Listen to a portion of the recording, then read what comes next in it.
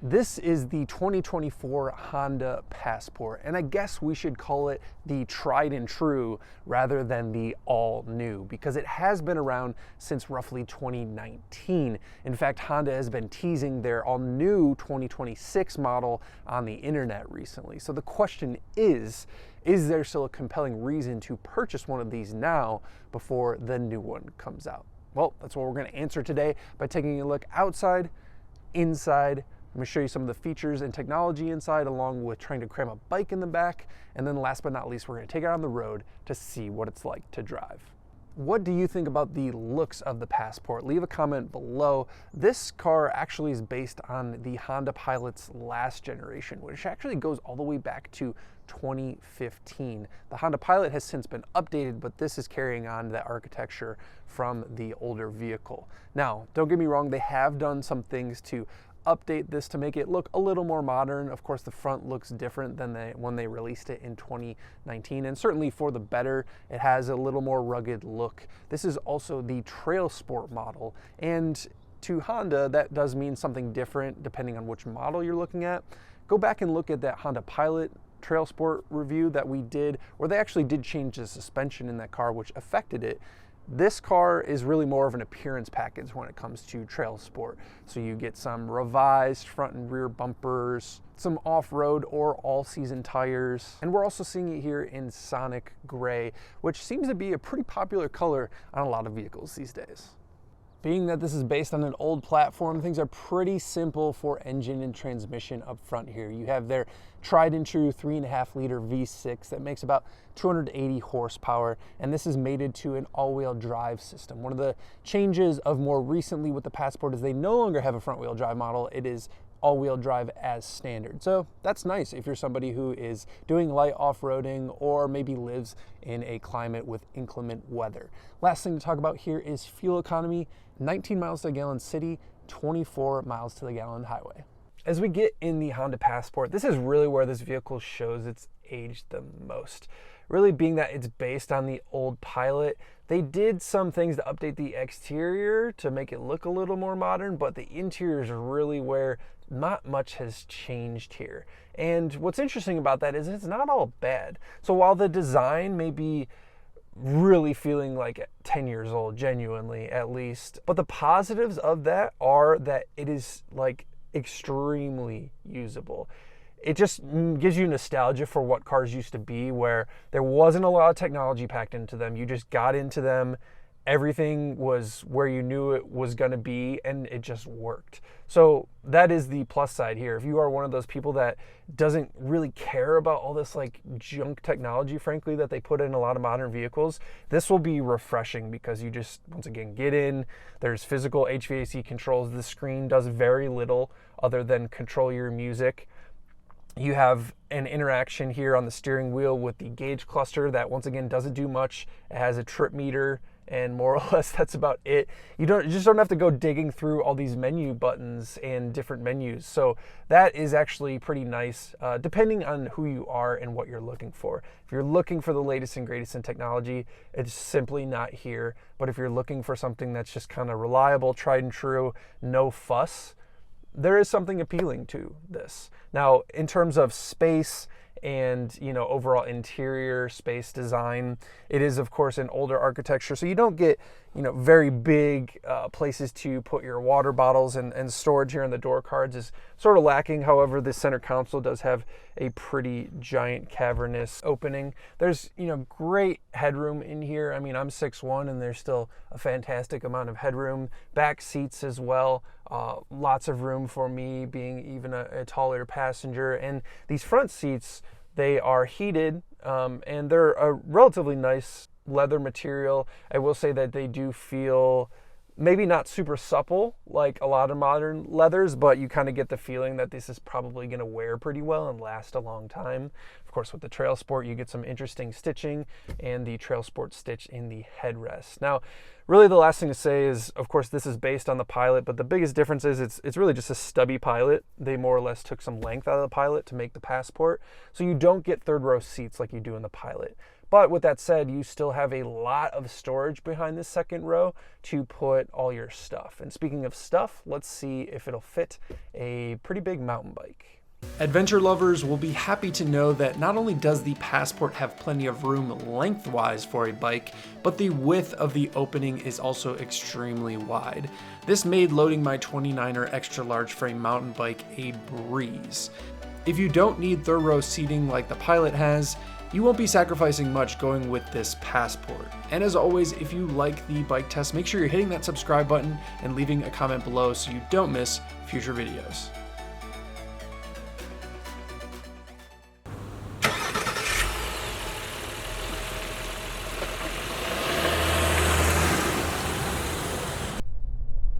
For years and years, we've really praised Toyota for being the choice for a very simple vehicle that is reliable and relatively inexpensive.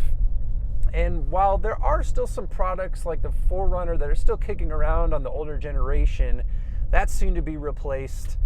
And it's funny to me because we don't talk as much about companies like Honda doing the same thing. In many ways, this car is kind of like those like tried and true 4Runners, where it's an old platform, it's a naturally aspirated platform, it's very reliable.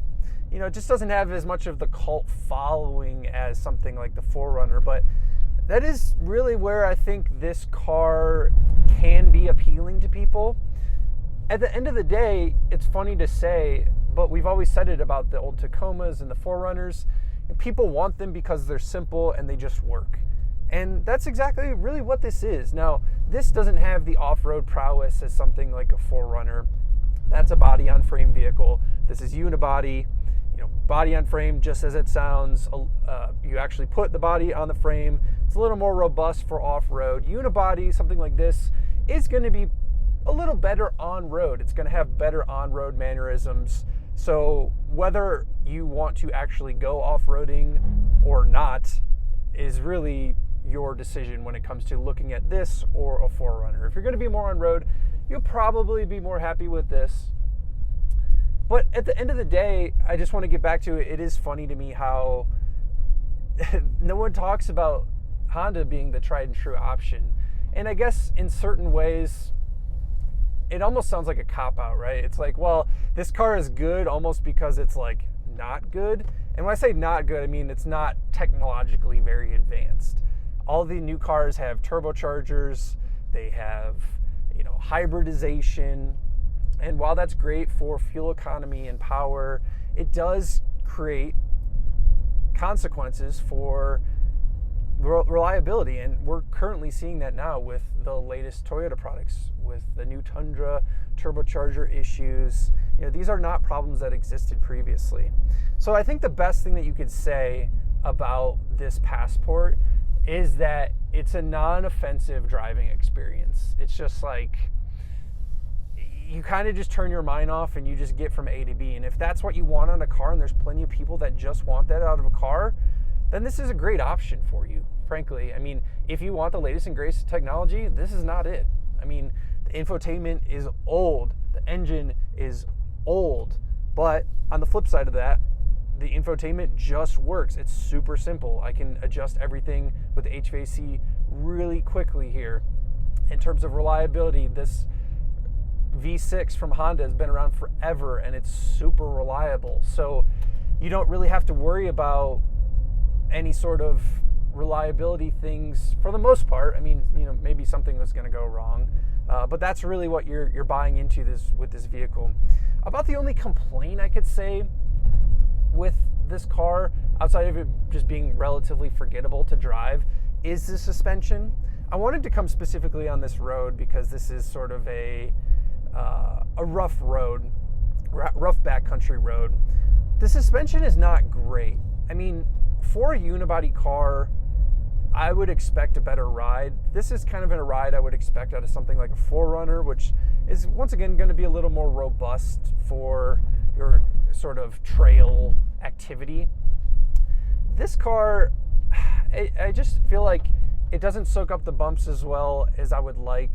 It's a pretty jostling ride, and there are plenty of other cars in this segment that just frankly have a better ride. They've come farther, and maybe that's just a outcome of this being, well, frankly, you know, on an old architecture, but also it could just be these tires. I would really love to get in one of these with just the regular passenger tires.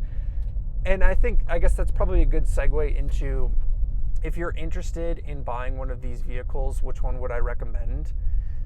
I really don't think I would recommend the Trailsport model. I already mentioned that it's really just an appearance package. Of course, if you like the way it looks, sure, spring for the Trailsport model, but don't let that Trailsport nomenclature fool you into thinking that this is anything capable of off-road, or any feasibly more capable than a standard one off-road. I mean, you have these sort of all-season, slightly more off-roady tires that frankly do nothing to me more than just create a bunch more noise on the road. I was just on the highway driving here, and there's a fair amount of tire noise from these tires.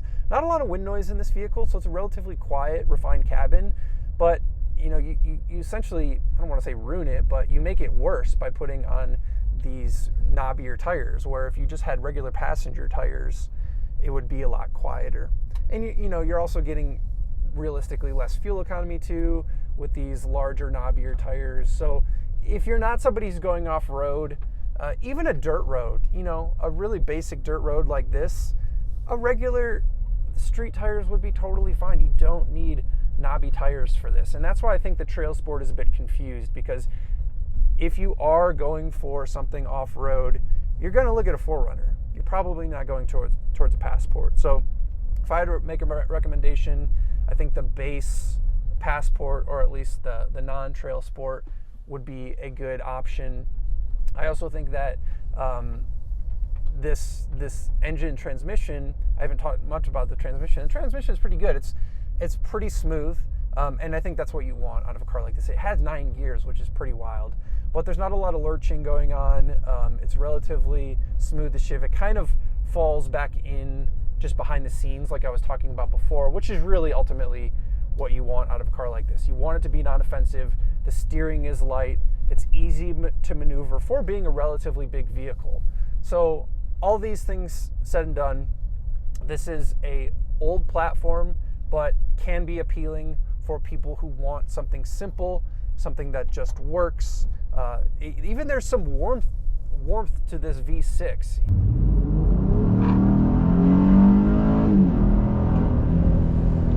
These new turbocharged 4-cylinders are so gravelly sounding.